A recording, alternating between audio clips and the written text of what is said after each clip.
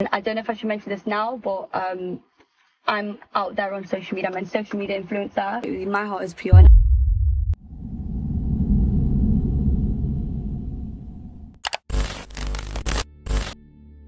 What would you do if your mother told you about her blackmailing ex-lover who was threatening to send her explicit pictures and videos to family and friends? February 11th, 2022. A car is spotted entering the parking lot of a Tesco supermarket in the Hamilton area of Leicester. The occupants of the car are none other than 21-year-old Saqib Hussain and 21-year-old Mohammed Hashim Ejazuddin. Their mission was simple: to drive from Banbury, Oxfordshire, approximately 61 miles to Leicester, in order to collect £3,000 from 46-year-old Ansarine Bukhari. As Saqib and Mohammed arrived at their destination, they were met with a startling surprise. Ansarine Bukhari was not alone, and the atmosphere became charged with tension. Fearing for their lives, the two men made a split-second decision and sped away, setting off a heart-pounding car chase that would span 10 miles. The pursuit unfolded at breakneck speeds of 100 miles per hour, involving a cast of characters that read like a suspense novel. Among them, a 23-year-old TikToker, accompanied by her 46-year-old mother and a woman by the name of Natasha Akhtar. As if that wasn't enough, 4 men wearing balaclavas also joined the chase, adding an air of danger and mystery to the already intense situation. Delving deeper into the story, certain intriguing words would emerge, such as sex tape, blackmail, and lovers. What sinister secrets lie beneath the surface? How do they tie into this escalating series of events? The answers to these questions promise to unveil a web of deception. Hello lovelies, welcome back to my YouTube channel guys. Hidden motives. A woman could easily kill a man with the right motivation. And unexpected alliances. Hi, my name is Inspector Truman, and join me as I uncover the minds of this TikTok mother-daughter duo and untangle their web of lies. So grab yourself a bottle of water, mate, because we're going to England, baby. I'm done with singing these songs. I bet it don't feel so good when you see me on stage and the fans all singing along. I got on my knees and I prayed to God, forgive me for all my wrongs. Someone that I knew, that's all it was. Sometimes gangsters falling. I'm done with singing these songs. I bet it don't feel so good when you see me on stage and the fans all singing along. I got on my knees and I prayed to God, forgive me for all my wrongs. Born in Pakistan and raised in the United Kingdom, her journey towards achieving her dreams were anything but easy. From a young age, Ansarine aspired to become a flight attendant, enticed by the allure of the skies and the prospect of exploring the world. However, her strict parents hindered her ambitions, denying her the opportunity to pursue higher education and train for her desired career. Undeterred by this setback, Ansarine embarked on a different path, finding employment at a local factory after completing high school, and later another job as a delivery driver for a pharmacy. She would also get married to Ali Raza, and in 1999 they would have their firstborn daughter, Mahek Bukhari, and later, a son. It was during this time that fate would intervene in the form of a benevolent gesture from the pharmacy owners. Recognizing Ansarine's potential, they sponsored her to undertake a pharmaceutical course, equipping her with the knowledge to handle patient prescriptions. For 8 fruitful years, Ansarine diligently served the pharmacy, leaving an indelible mark on her colleagues and the customers she interacted with. However, a dispute over vacation entitlement would sour her relationship with the pharmacy management, ultimately leading to her departure. Nevertheless, Ansarine's unwavering spirit propelled her forward, and she swiftly found employment at a renowned super drugstore where she worked till late 2019. She later got another job working at the Department of Work and Pensions doing debt management, where she worked from home. This turn of events coincided with the onset of the global pandemic, which presented Ansarine with the precious opportunity to become more actively involved in her daughter's life, Mahek Bukhari. Younger generations are now coming of age, witnessing brutality, British street drill is the latest music genre, the target of modern panic, perhaps brutality. It has a language of its own. Mahek Bukhari was born in 1999. She was quite popular in school as she had an impeccable fashion sense. Her popularity soared during her school days, setting her apart from the crowd. However, it was on the fateful day of 15th of November 2019 that she took a leap into the world of social media by posting her first TikTok video alongside her mother. Hot mom check.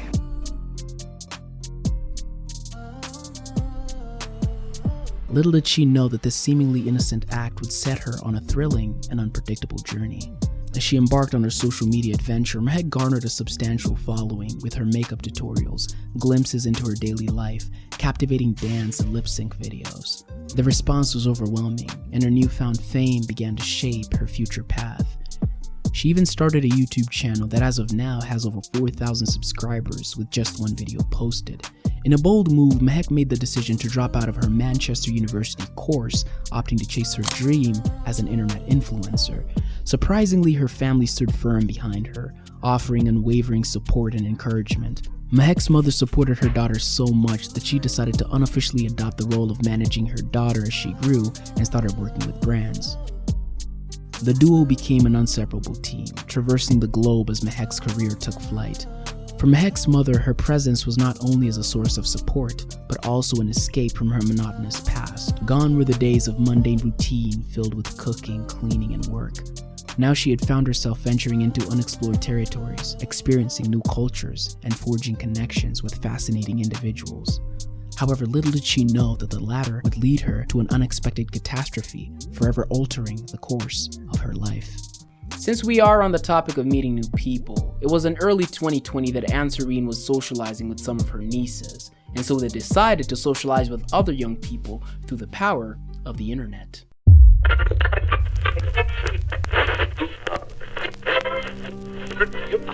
From this evening, I must give the British people a very simple instruction. You must stay at home. Because the critical thing we must do to stop the disease spreading between households. Due to the pandemic lockdown laws being in full force, the girls decided to use the app Azar, a live video app that's similar to Omegle. It was on this app that they would meet Saqib Hussein. Ansarine's nieces would be the ones to communicate with Saqib. However, they would only exchange pleasantries with Ansarine and nothing more. However, Ansarine would fancy him as good looking, but she never expressed that during that interaction. 2 days after their initial encounter, destiny intervened once more. Saqib had followed Mahek on Instagram, and through her following list, he found Ansarine's account. A single direct message changed everything. What began as a simple conversation soon blossomed into a deep connection that would consume their lives. Ansarine and Saqib exchanged numbers, engrossed in the frequent conversation that became the highlight of their days. From early 2020 to December 2021, an illicit affair unfolded, shrouded in secrecy and deception. They embarked on extravagant outings, attending parties and dining at luxurious restaurants, and indulging in the ambience of shisha lounges. On 2 fateful occasions, their passion reached its climax in the discreet confines of different London hotels. Saqib, blinded by love, professed his adoration for Ansarine to family and friends, disregarding the fact that she was a married woman with 2 children. He spared no expense, showering her with lavish gifts, totaling a staggering of £3,000 or $3,664.60. In his eyes, she was the one that had stolen his heart. However, Ansarine's perspective differed. Saqib became her escape from the monotony of her mundane existence, much like her daughter's newfound fame. She sought excitement and thrill, not a committed relationship. As the philosopher Future would put it, She belongs to the streets. on the 10th of December 2021, Ansarine and Saqib would meet at a hotel. The reason for the meetup was for Ansarine to end things between them. However, Saqib wasn't having it at all. He began begging Ansarine to keep the relationship going, but Ansarine never did. Just like that, Ansarine had ended the relationship and the two went their separate ways. In the days following the breakup, Ansarine would receive messages from Saqib begging her to come back to him, but Ansarine would just ignore them. By the look of things, Saqib didn't want to move on, as Ansarine had suggested, and after hundreds of calls and messages and Ansarine ignoring most of them, Saqib decided to take it a step further and make fake TikTok accounts, and when Mahek would go live, he would comment, "Tell your mom to call me." This would later prompt Ansarine to block Saqib, as he was now proving to be a bother. Saqib was now powerless, and there was nothing he could do to save his dead relationship with Ansarine. January 2022. It was at this point that I believe that Saqib decided to resort to blackmail, where he would threaten Ansarine with her explicit photos and videos. He said that he would send the videos and pictures not only to Ansarine's husband and son, but also he would post them on social media for the world to see. The revelation of the affair would have indeed ruined her marriage and tarnished her online persona. So now she was at Saqib's mercy. However, the blackmail would never amount to anything. Saqib was just trying to get her attention. Mahek knew all along about the affair and Saqib's threats towards her mother and decided to confront him about the issue. She said, and I quote, "You little narcissistic bastard.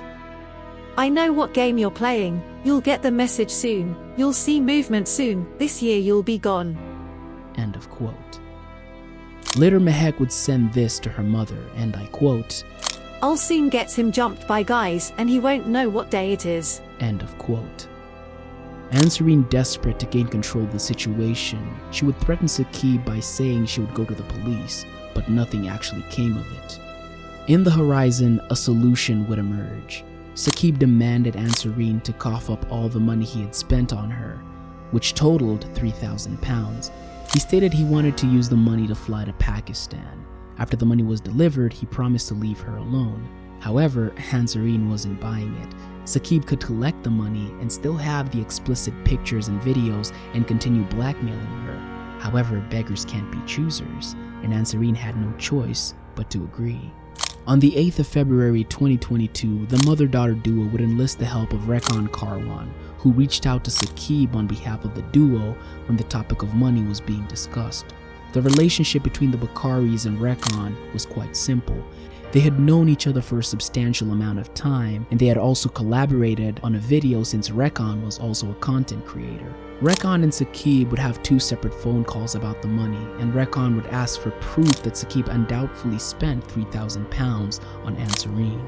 On the 9th of February 2022, Rekhan would call Saqib and tell him if he wanted to collect the money, he would have to travel to Leicester to meet him. Saqib's sister overheard the conversation and feared that her brother might get set up. So after heeding his sister's advice, he would later message Rekhan and tell him to deposit the money in his bank account. However, that was never done. 10th of February 2022, a frustrated Saqib would threaten Mahek by stating he would show up at their home and reveal Ansarine's dirty secrets. 30 minutes later, Mahek would respond by telling him if he wanted the money, he would have to come to Loughborough, which was just outside of Leicester. However, that would end up changing back to Leicester. The trip was now set, but Saqib didn't drive, and the distance between Banbury and Leicester was quite long, hence he needed a car. So after asking a number of friends who refused, a silver lining would appear by the name of Mohammed Hashim Ijazuddin. Mohammed, with no hesitation, agreed to help Saqib, and the only thing he knew was that Saqib was collecting money, but not from who. On the night of February 10th, 2022, at 11 p.m., the two would embark on a trip from Banbury, Oxfordshire to Leicester, which was approximately 60 miles.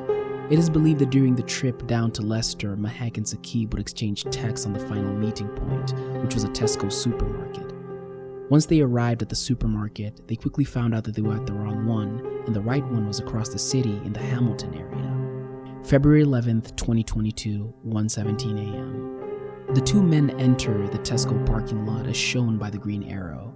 The red arrow indicates a silver Audi TT, and in it is Ansarine Bukhari, Mahek Bukhari, Rekhan Karwan, and Mohammed Patel. The blue arrow represents a blue Seat Leon. In the car is Race and Ami Jamal, who were both cousins, Natasha Akhtar, who was the owner of the Seat Leon, and last but not least, a man by the name of Mustafa. It should be noted that all 6 of these characters were all part of a friend group, and Mohammed was the newest member as he had just started socializing with the group a few months prior. However, he had known Race for a while before being introduced to the group. Rekhan was the bridge that connected the Bukharis to this group. Saqib and Ijazuddin would later drive off without exiting the car. Patel would later disclose why the pair decided to react in this manner. The reasoning was that Rekhan and Mohammed Patel were hiding in a stairwell not too far from where Saqib and his friend parked, and once they saw them, they got spooked and decided to drive off. Rekhan would hop back into the Audi TT and act as a driver, and Race would drive the Seat Leon. Saqib and his friend weren't sure if they were being followed, so they decided to check, and by this time, the Seat was already in motion and behind them. As you can see, both cars were simultaneously behind Saqib's car.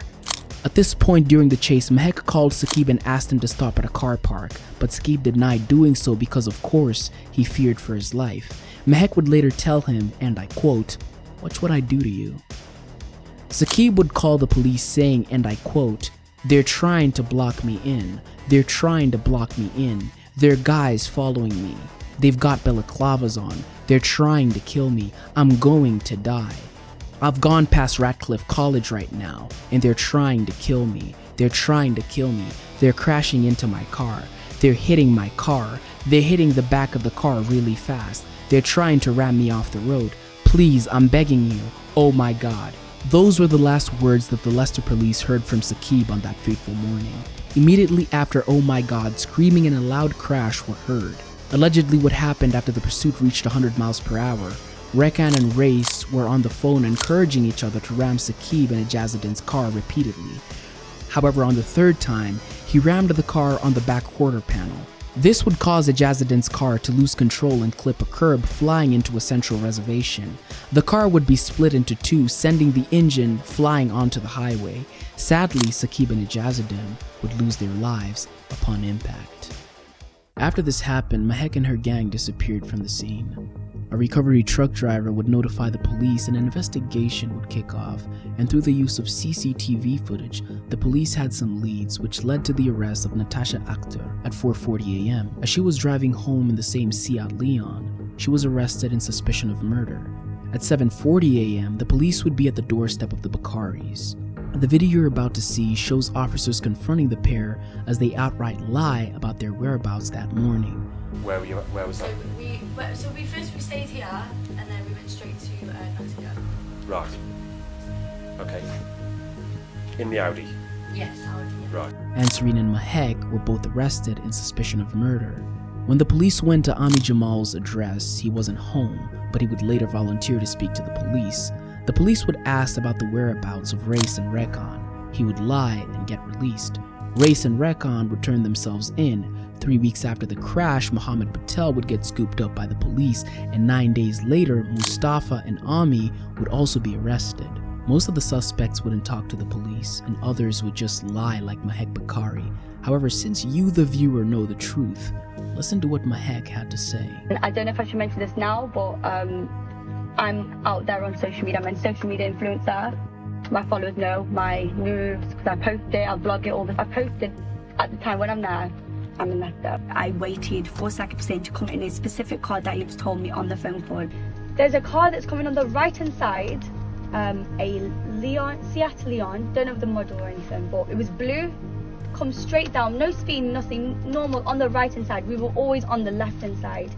This right hand side car's come now, the Leon, this is the blue one, it's come straight next to me and come right in front of me, not very close. I've always said to myself, I'm a very good driver when it comes to these. I've been driving for 5 years, 45 years, and I've said to myself, always keep a 2 to 3 second rule gap, always, when I've said to myself, always done that. So this car's come not close, I've always braked. So I was doing 60, it was 70, I think it was 70 on the dual carriage or 60, I was doing 50 straight away, went back, went to 50 to 60, went back.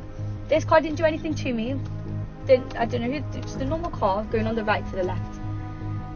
The silver car, I don't know which brand it was, model, it's come zooming down. I've kept this 2 to 3 second rule gap, and there's the blue Leons in front and I'm at the back. This silver car's come and cut into the middle, so we're basically all 3 cars very close. I braked and I said to my mum, what is this car trying to do? And my mum saying, May, just keep your distance, everything's going to be okay, it's okay. Just a reckless few people, just reckless because they know it's all the way down. If there's any cameras there's going to be cameras, they must know there's no cameras. So they've gone all the way down, they've cut into my car. I've kept my distance, I've braked. I think got to at least 40 because there was no cars behind me.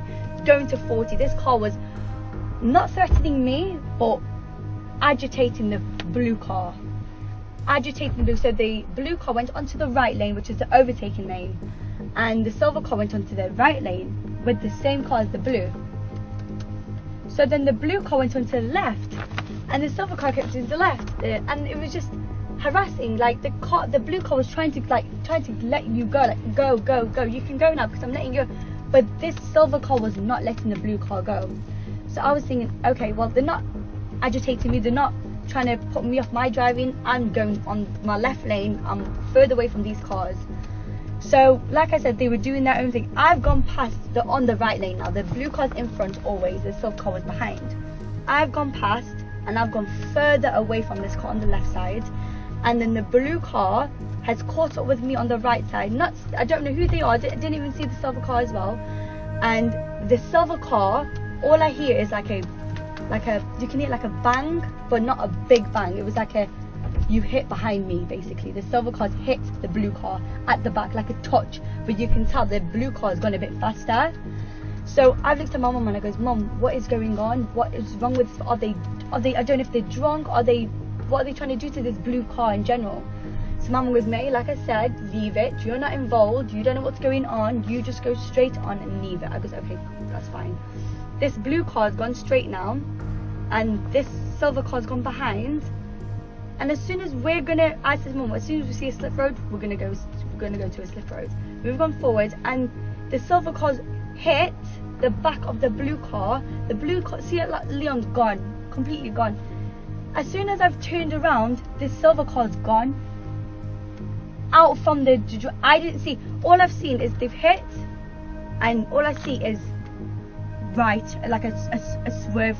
The silver car swerved to not my side, to the other side of the dual carriageway where the metal bits are, basically. And I didn't see the car after that. I didn't hear a bang. Apparently there was mention there was a tree. I didn't see no tree. I didn't see anything. I've gone straight on. I've looked at my mum and I said, Mum, what? I was just in shock. She goes, May, there's a slip road. All I see is flames. I've gone past this and I've seen flames on the other side. The reason why I haven't reported it and I didn't see or anything is only because there was ambulances straight already there. I know it was an empty car park. I know my heart's pure. I'll be straight with you. My heart is pure, and my account of what I've said now is completely true. Are you responsible for the death that is Ben and Mohammed? I know you fucking lying, bitch! You see, in every group, there's always a weak link. And in this one, that would be Mohammed Patel, who would tell police the complete truth, taking this investigation on a whole new path. Take a listen. I don't know exactly who, but seated between Mahek and Sakib, from what I understand. Okay.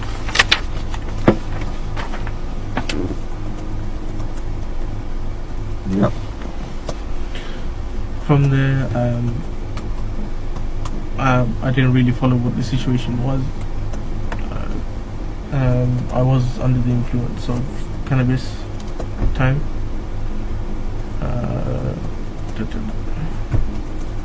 At that time, there's a really heated conversation, and then she says, "Watch what I do to you." She said what, sorry? Watch what I do to you. Mahek said that? Yeah. Sakib on the phone. I'm in a panic at the moment. I don't know what to do. I don't know how to get out of this situation.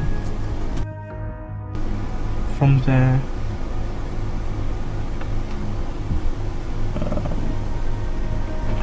the racers trying to overtake him.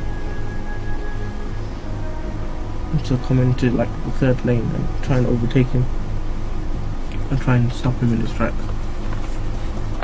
Overtake the Skoda? Overtake the Skoda and stop him. Yep. And we're inside the Audi TT. We're still following. The whole time we're still following.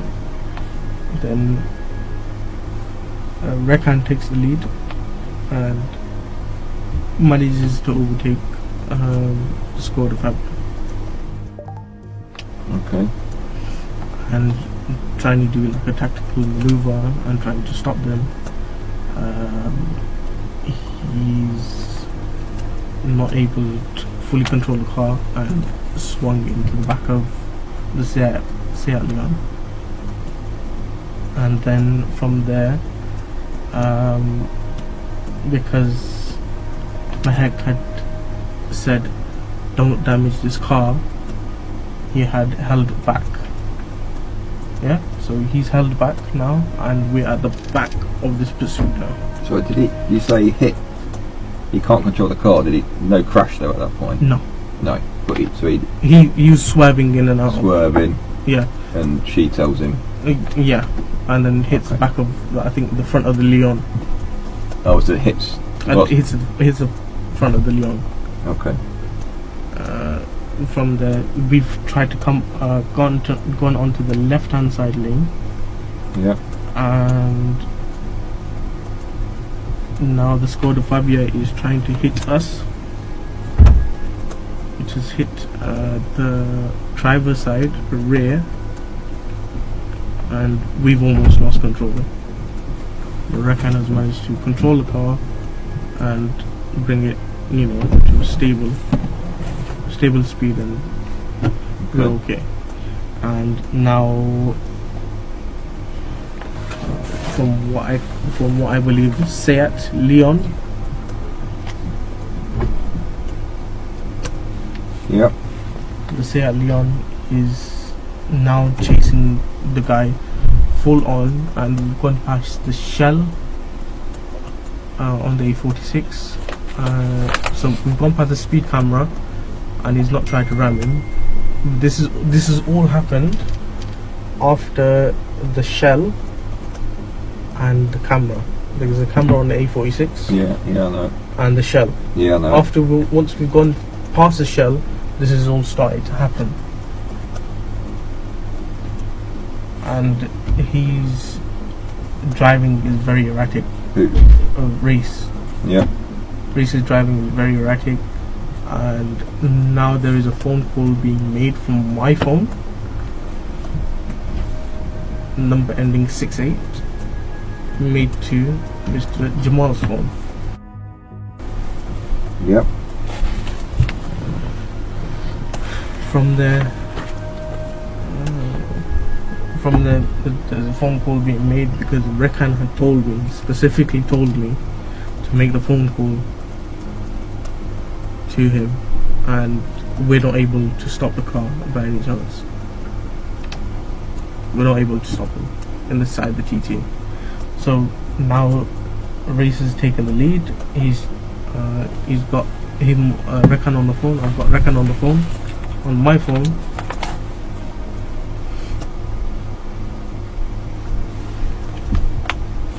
My phone is making a phone call to Reese. Reese is saying all 8 were charged with murder, and something peculiar was also discovered.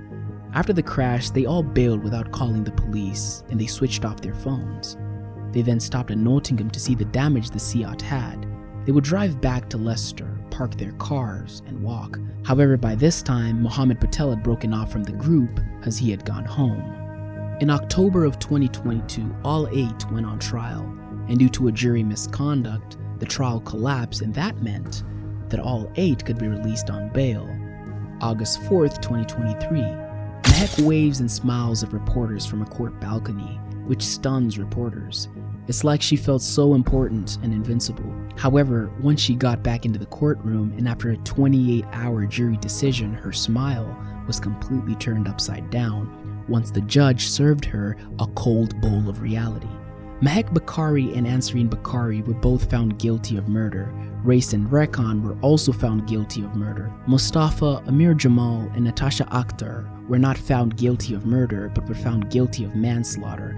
Mohammed Patel was found not guilty on both accounts. Mahek Bukhari was sentenced to life with a minimum of 31 years and 8 months. Her mother was sentenced to life with a minimum of 26 years and 9 months. Reis received 31 to life. Rekan received 26 to life. Mustafa and Amir both received 14 years, and Natasha received 11 years. And just like that, the madness was over and justice was served. In conclusion, I would like to say rest in peace to Saqib and Hashim. May their families find peace and the will to go on without their loved ones.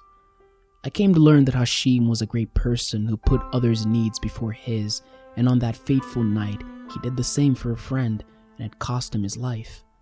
May God give him a beautiful afterlife. For Mahek's family, especially her brother and her father, may you find peace and clarity in life, and some way, somehow, the heart to forgive what your wife, your mother, your daughter, and your sister have done, as well as the pain they've caused others and your family. Because what I've learned in my personal life is that forgiveness is more for you than others. Stay strong, and I wish you the best of luck. Ladies and gentlemen, violence is never the answer in any situation. Moving on from a broken relationship is a skill that should be mastered by every individual. If Saqib could have just moved on, maybe all this could have been avoided. Blackmailing someone is not going to lead them back into your arms. It only shows how immature and narcissistic you are as a person, and it gives them every reason not to be with you. If Saqib and Ansarine could have met privately and come to a conclusion without violence, maybe things would have turned out different. In the words of Dr. Shirley from the Green Book, you never win with violence. You only win when you maintain your dignity. You never win with violence, Tony. You only win when you maintain your dignity. Dignity always prevails. Ladies and gentlemen, another day, another case. And this one looks like it's all the way solved. And my time here is up. Till next time, always remember to keep trekking fast.